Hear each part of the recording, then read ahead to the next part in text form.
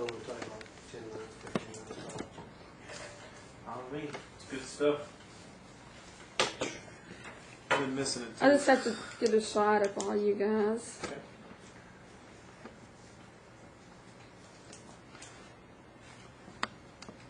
Yeah. Zach, you're giving 15 minutes, right? Yeah. Why don't you give me 15? Yeah. Nick, you give me 15?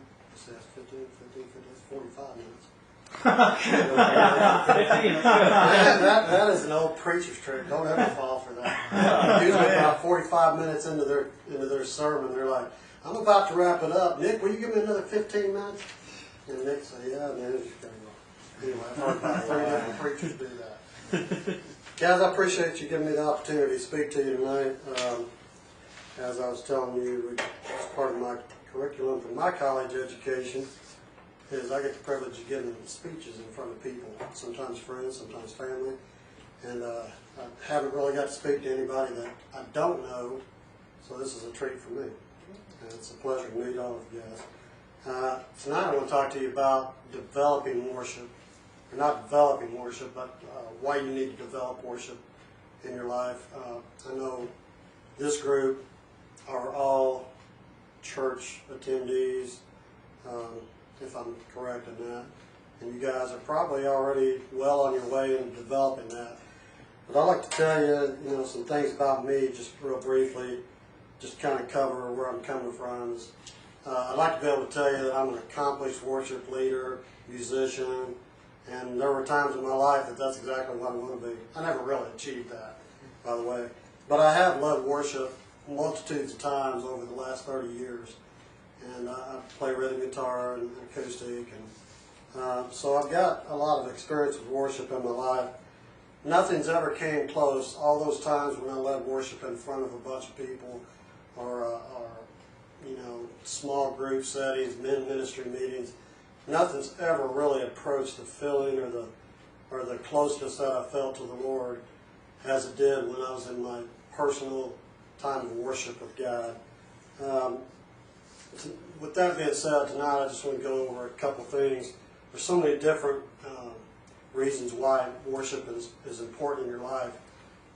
And tonight, just for lack of time, can't cover half of what needs to be covered, but I just want to go over like 3 things. And hopefully you'll take something away tonight that'll inspire you or cause you to think about where you're at right now and how much deeper you want to go in your worship of God. Tonight I want to talk about 3 things. Worship, number 1, worship provides a solid foundation for your spiritual life. Number 2, worship is a source of encouragement. And worship is a lifestyle. Worship provides a solid foundation for your spiritual life. There's a book that I read probably, I want to say about 10 years ago. I'm sure we've all heard of Matt Redman. He's written some of the most inspiring worship songs, Coming Back to the Heart of Worship, or The Heart of Worship. And a book I read of his was called The Unquenchable Worshiper. And it has so many good quotes in it, but it really gets down to, he came out with this book right after he wrote The Heart of Worship. And he just hits worship right where it is. And after I read that book, it really changed my life. But, you want to talk about unquenchable. And by definition, I'm sure sometimes we've all, maybe in the summer or just during the course of a day, you get really thirsty, you go to a restaurant, you order something, and you just keep ordering glass after glass because you cannot quench that thirst. For some reason in your life, you desire more, and that's what unquenchable worship deals with. It's a thirst that can't be tamed, it can't be satisfied. One of my favorite quotes out of this book, it just says, worship is not about engaging with people so much as it is engaging with God. I know so many times we think of worship in our setting, we think of it as being at a church location and actually, during praise and worship songs, that's our time of worship before God. Worship goes so much deeper than that. Anytime when you're not in that setting, maybe you're in the shower. I've done this so many times, just be singing in the shower, in the car, going to work. When you begin to sing a worship song to the Lord, you're not just filling the air with noise, okay? I mean, you're not in this church setting, but you're in a time of worship. Your heart is right before God. You're not filling the air with noise.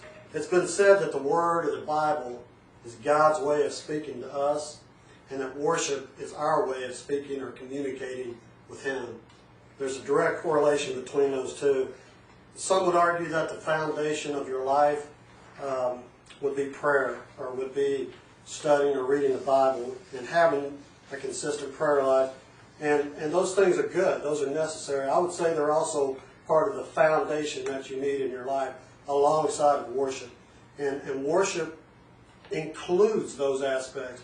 It includes a lifestyle full of worship is filled with prayer. It's filled with worship.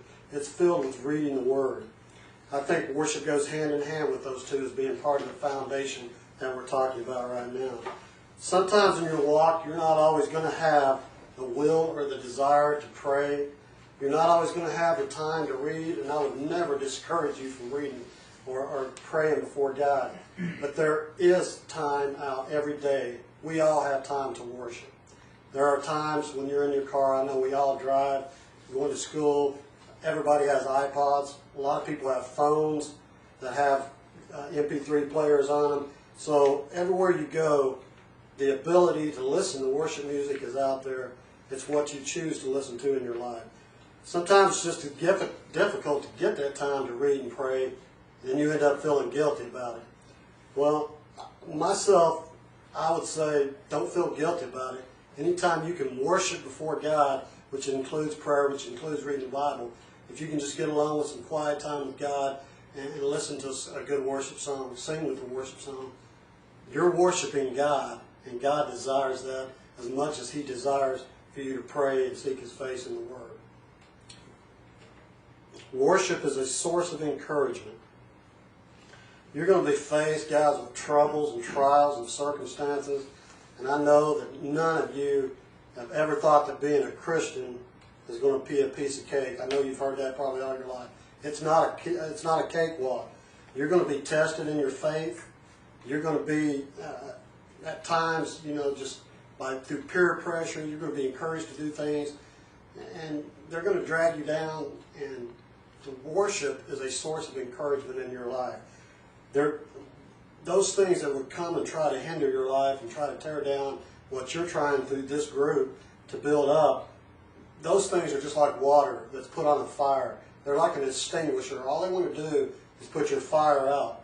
Right now you have a passion and a zeal to know more about God, to be accountable one to another, to learn about things, and it's just like an extinguisher. The enemy wants to put those things out in your life.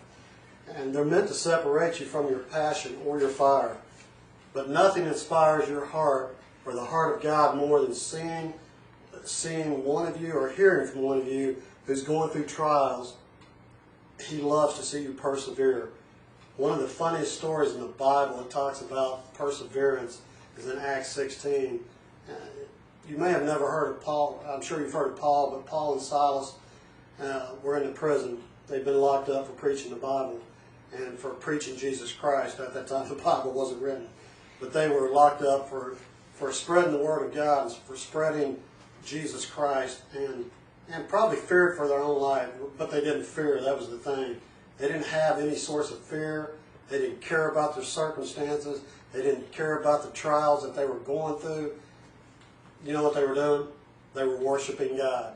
They were singing praises. They were worshiping. And it wasn't that long into the night that the prison doors opened, the jailer got saved, and just a miraculous thing happened in that prison. And it happened why? Because they were worshiping God. Worship is a lifestyle. It's not just an act. Worship is the process of surrendering your entire life into God's hands. Serving God should be your first love. You always hear preachers or people talk about, teachers talk about there's love of your life. You love your family, you love your wife, you love God. And there's always debate about, okay, what order does that go through?